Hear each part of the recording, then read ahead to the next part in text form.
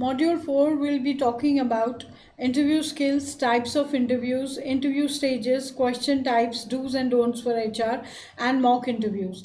As in previous PPTs, we have been talking about HR recruitments, how to recruit, what all are the stages where we see the resumes, what all sites are there from where we join our resumes, we connect our resumes. Now today in this particular module we are going to talk about interview skills. There are types of interviews, interview stages, question types, do's and don'ts, and mock interviews. Starting with the same module, we'll be talking about what are interview skills. Interviewing skills are the techniques and behaviors that help HR professionals or hiring managers effectively assess a candidate suitable for job. That means interviewing skills are techniques and behaviors which professionals have for hiring effectively and assess a candidate suitability for job. What are the key interviewing skills? Preparations, effective questioning, and active listening. Now if we talk about key interviewing skills, what is the preparation? What does the preparation mean? Understand the job role and candidate's profile beforehand. Prepare structured questions based on job requirements. That means we need to understand, the HR needs to understand the job role and candidate's profile beforehand. Before he gets into any interaction with the candidate, he has to understand that what is the job role for which the candidate is required and what is the profile for which he has to be taken. Prepare structured question based on job requirements. We need to prepare structured questions based on job requirements, where we need to understand that the candidate should be feeling comfortable enough. The question should be of his genre. The question should be like that he should be easily able to convey, connect, and understand the things and answer accordingly. These are the kinds of preparations which key interviewing skills needs to be understood about. Effective questioning. Use a mix of open-ended, situational, and behavioral questions. Apply the STAR technique. The STAR technique stands for situation, task, action, and result. To evaluate responses, that means we have to take a mix of open-ended situations and behavioral questions. The questions should not be similar. The questions should not be on the same one track. They should be open-ended questions as well, situational questions as well, and behavioral questions at the same time. And above all, we need to understand and apply the STAR technique. What is the STAR technique? The STAR technique is situation, task, action, and result to evaluate responses. So STAR technique is very important, where we understand the situation of the person who is there for the interview. We understand the task, we understand what is the action to be taken, and the result is oriented.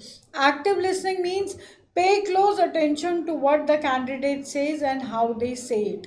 The HR who is interviewing has to have a skill to understand and be attentive of what the candidate is saying and how they are saying it, and avoid interrupting and taking notes for later evaluation. We should not confuse the candidate by taking notes at the same time and evaluating the candidate. We should be very patient. We should be patiently listening to the candidate. We should be lending all ears to the candidate so that the candidate is comfortable in answering. He's not getting confused and he is feeling more of precise of what he is saying is currently and rightly understood by the interviewer. So in this slide we talked about what are the interview skills. Interview skills, once again, if we talk about, are the techniques and behaviors which help the HR professional, the hiring manager, effectively assess the candidate suitability for the job. And the key responsible areas for interviewing skills are preparation, effective questioning, and active listening. Coming to preparation, we need to understand the job role and the candidate's profile beforehand. Prepare structured questions based on job requirements, as and when, what all is required. Effective questioning includes use a mix of open-ended questions, situational questions, and behavioral questions at the same time. Apply the STAR technique. Now the STAR technique stands for situation, task, action, and result. This gives an overall evaluating response Above all, active listening, pay close attention to what the candidate says and how they say it. We have to be keeping very patient. We have to be very patient for understanding what the candidate is trying to say and avoid interrupting and taking notes for later evaluation. The HR interviewer has to be very precise in understanding that he has to avoid interrupting the candidate while he is speaking, talking, or answering. He doesn't have to take any notes in between, and he doesn't have to evaluate the candidate at that very particular point of time. Observation skills, unbiased evaluation, and clear communication. What does observation skills mean? Assess body language, tone of voice, and confidence level. We need to assess the body language. We need to understand, is he comfortable, he's not nervous, he's very carefully listening to what is being asked to him, his body language is perfect, his tone of voice is perfect, he's not feeling nervous, he's not feeling taken aback, he's not able to talk, he's shivering, his voice of volume is perfect, he's calm, his voice is representing his calmness, and he has a confidence level in the voice. Look for consistency in answering and attitude. We need to observe his skills, where we are going to look for the consistency in answers and his attitude. How are we going to evaluate it? The moment a question is put to him, we need to understand, has he understood the question thoroughly? Is he understanding and answering to the point? What all parameters he is covering? Is he confused? Is he making a story, building a story within back end of his mind, or is he consistently answering? Second is unbiased evaluation. Avoid personal biases and maintain fairness. A HR person has to understand that he has to avoid personal biases. He doesn't have to be biased with the candidate or with the other candidate. He has to be focusing on the candidate, where the candidate understands that there is no biased play over here, and maintain fairness. The candidate should be having this empowerment within himself by the behavior of the HR who is interviewing him, that he's not going to be biased, he's very fair, because he is understanding my point of view, he's answering me well and on time.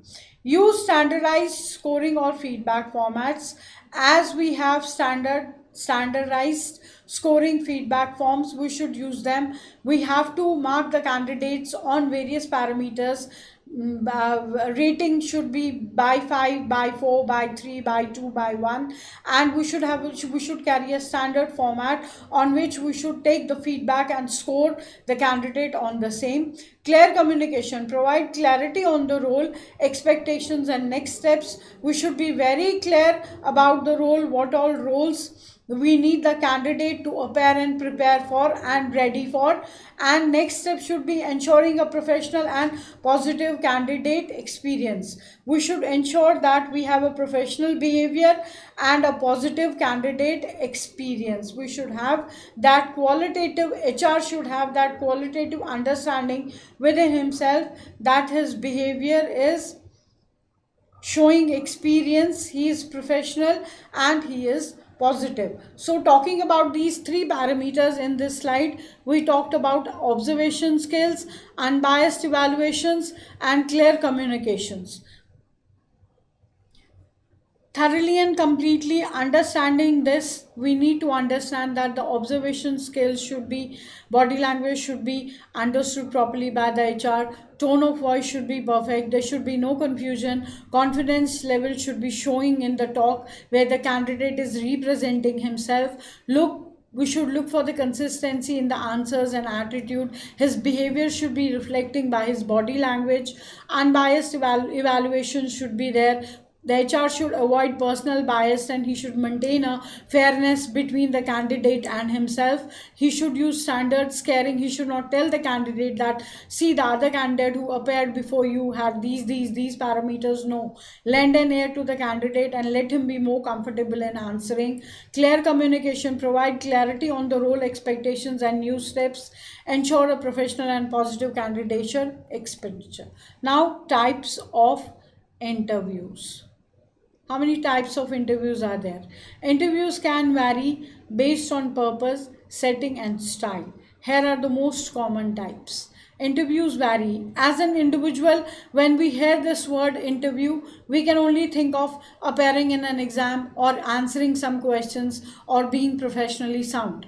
But here we are trying to understand that interviews are of various types. Setting, style is also a part of interview. Here are the most common types. One is structured interview, the other is unstructured interview.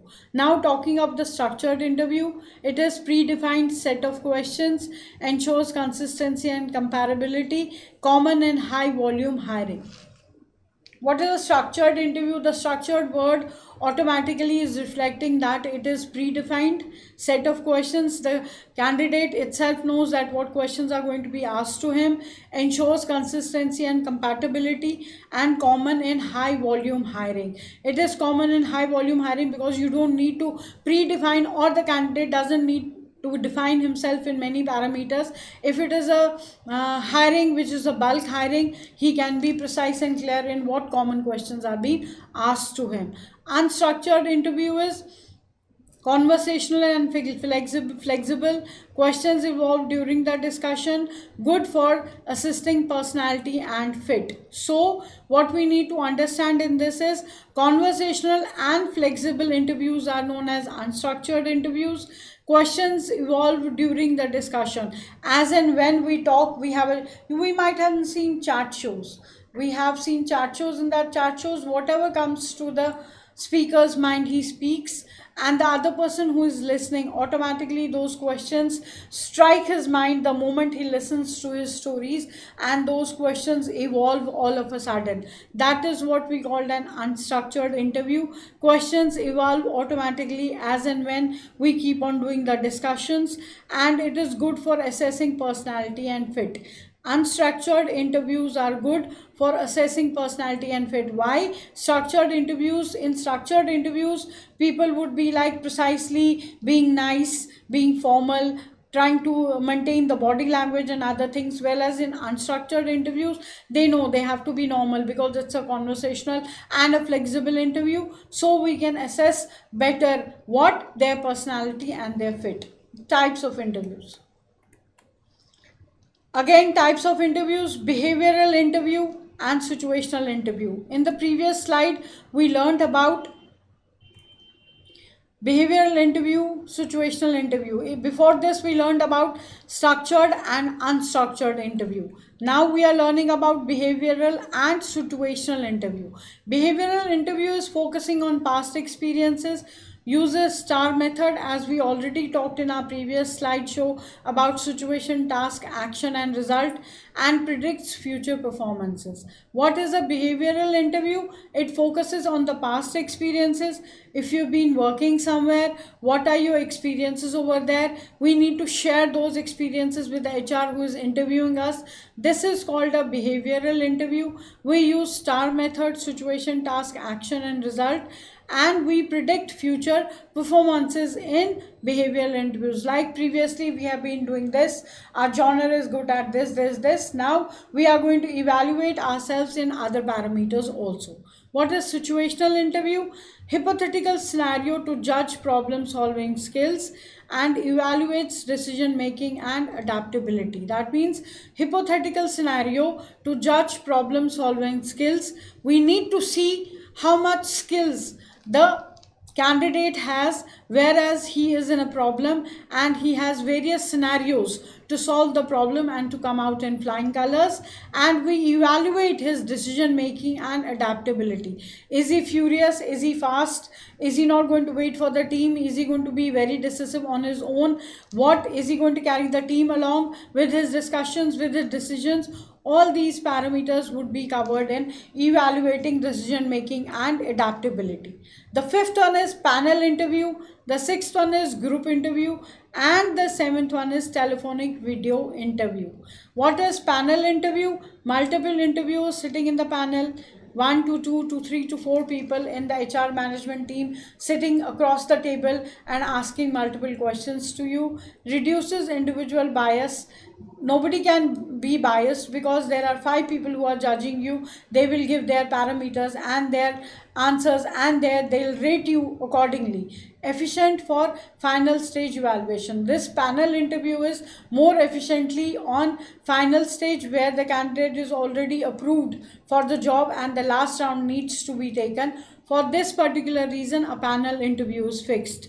Group interview, multiple candidates assessed simultaneously, useful for roles requiring teamwork or communication skills. Group interviews are multiple candidates assessed simultaneously. Many candidates are sitting in a group where they are questioned, where their answers are evaluated, where HR is sitting and evaluating their answers, but a group of people are sitting, talking and conversating. Useful for roles requiring teamwork or communication skill. These group interviews are basically useful for roles where we require a team to work for us and where we need to check their communication skills.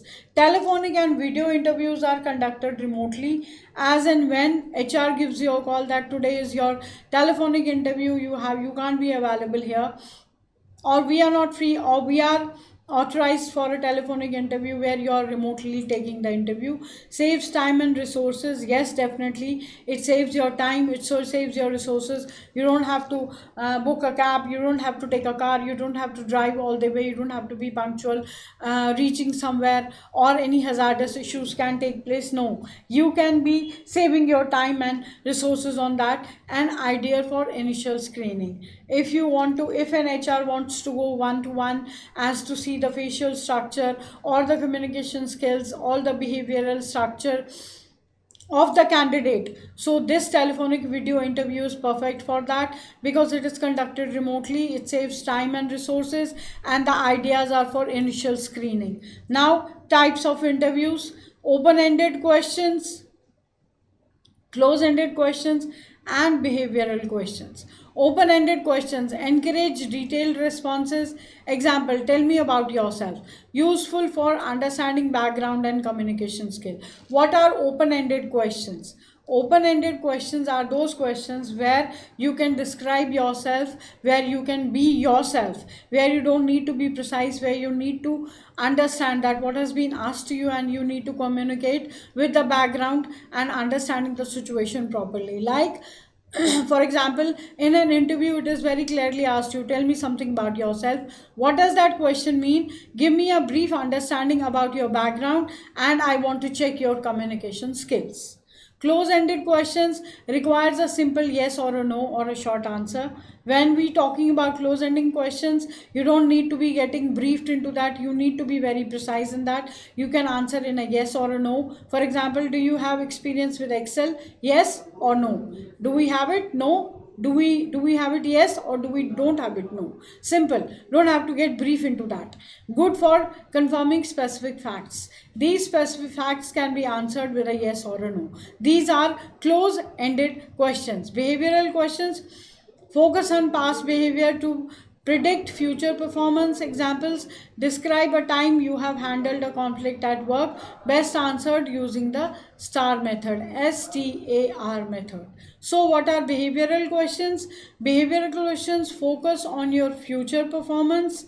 Example: describe a time you handled a conflict at work. There was a conflict at work, you got a project to complete in one day and your team is not responding to each other. How do you solve the conflict of your team and how do you get them together to work for that project and come out in flying colors, where you appreciate their work performance plus give a go ahead to the manager that whatever the reason was, but our work was done. So this behavioral question can be answered with the STAR method. STAR STAR method. Situational questions. Situational questions are hypothetical scenarios to assess decision making. Examples: what would you do if a teammate missed a deadline? This is situation. If a team member is missing a deadline is a situation. Now in this situation, what would you do? If this question is asked, this is a situational question. Technical skill based question is test job specific knowledge. Whatever you have dropped in your resume, your technical qualification, your skill orientation, a question can be like this: explain the difference between HTML and CSS.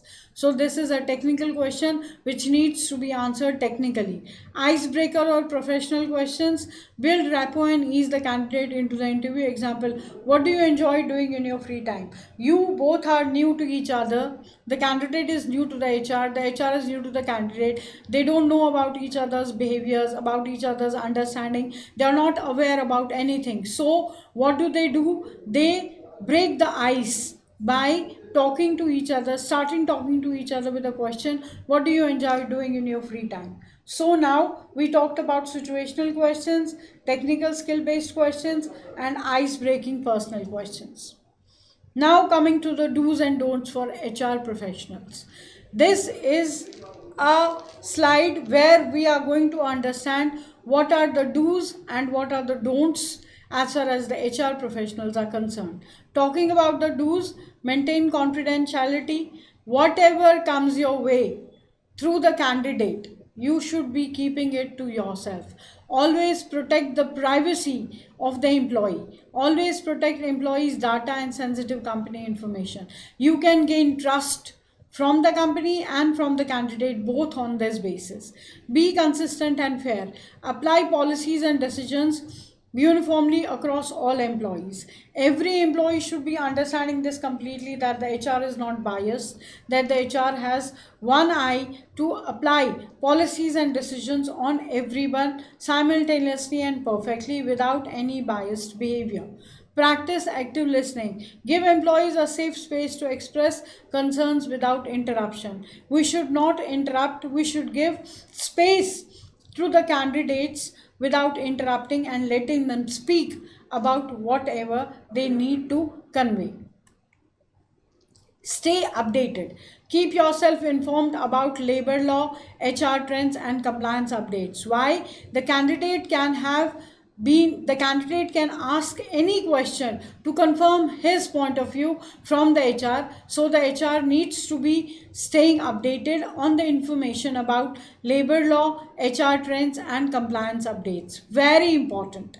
Support employee development. Encourage learning, training, and career growth. Yes, an HR, if he is on an HR profile, he should support employees development. Very important. Why?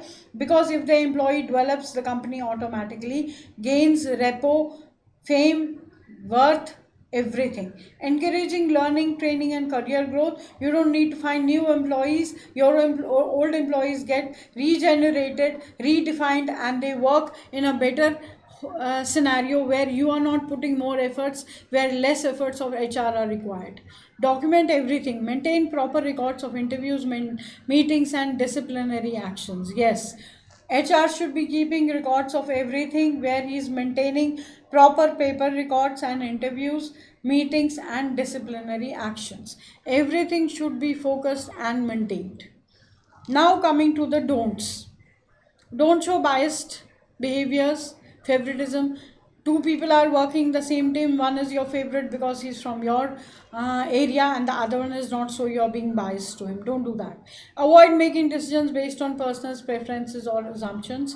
We should avoid this. Don't ignore employees' issues. We should not ignore employees' issues. Delaying conflict resolution can harm morals and productivity. Why? Because if an employee is time and again coming to you with his problem, if he has put it in black and white, if he has been various times coming up to you and you're delaying his resolution, that means you're putting him in a situation where his moral and productivity is getting hampered. Don't break confidentiality. We should not break the confidentiality between the HR and the employee. Why? Sharing private matters can damage trust and legal standing. This is self-explanatory. We don't need to share or break confidentiality. Why? Sharing private matters, there is nothing private in the office. Everything is work and duty. We should not be sharing anything private to the employees, because with that we lose trust and legal standards. Don't disagree policies.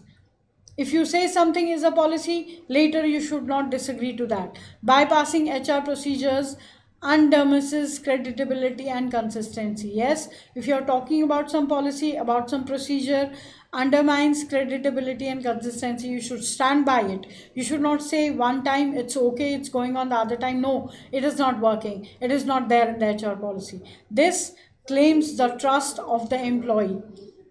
Don't overlook cultural sensitivity. Be inclusive and respectful of diverse backgrounds. We should be understanding that cultural sensitivity is a very important factor in this. Don't delay feedback. Feedbacks are very important. HR should be prompt in giving feedbacks. Regular feedback should be given. Crucial performances should be judged, and engagement of employees should be taken care of. Now, coming to the mock interviews. What do we mean by mock interviews? Mock interviews are job interviews conducted to help candidates practice and prepare for rare interview situations. Many times, what happens, we as an employee get excited, we go for an interview, but we don't know the pros and cons of the interview, we don't know how the interviews are conducted, what all is being happening over there. So this mock interview means a practice to prepare for real interview situation. And how do we prepare for this?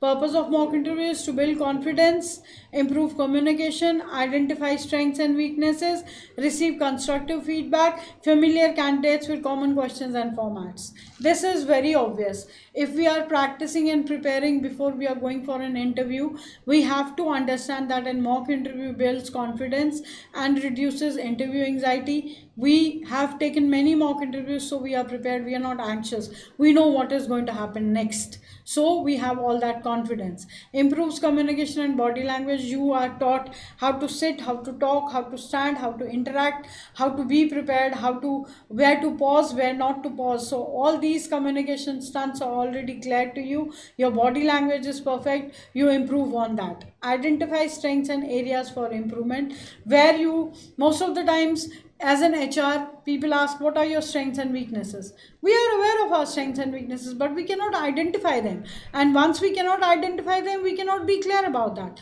So these mock interviews give you confidence, they give you body language, they give you communication values, they give you strengths, they give you constructive feedback, and you know what all common question formats you are going to be asked in the HR interview round. Receive constructive feedback from the mentors and trainees.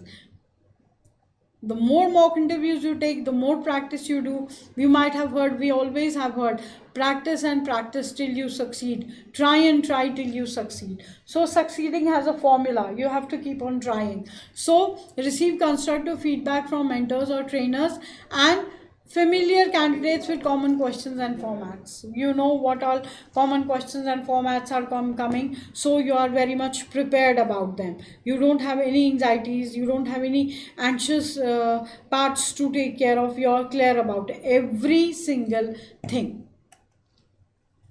Key components: realistic interview environments, replicates actual interview settings. This is a part of mock interview in personal videos. Realistic interview environment, where a real interview environment is created, where you know that you are coming for an interview, you behave like that, where you have an understanding that you don't have to take a job over here and you're just preparing for that. So that scenario, once shared with you, once done with you, makes you more confident. Role play by interviewers. HR professionals or mentors act as interviewers.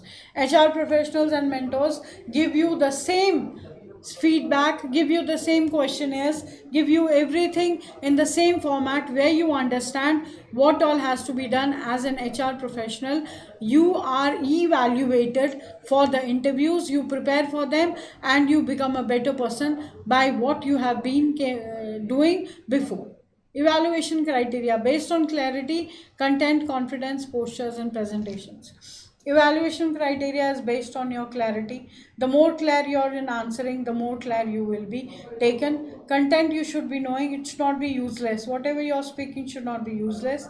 You should have that confidence in speaking, walking, talking, sitting, standing, answering, or listening to the question. Your body postures matter a lot, as we have already, everybody has read about body language. Your body speaks, hides. Even if you don't open your mouth, your body language gives a impression to the other person. So we need to understand that our body postures are very important, and presentation above all. Feedback and guidance, immediate tips to enhance performance. Feedback and guidance is given by the HR, where immediate tips are enhanced and your performance is better. Thank you.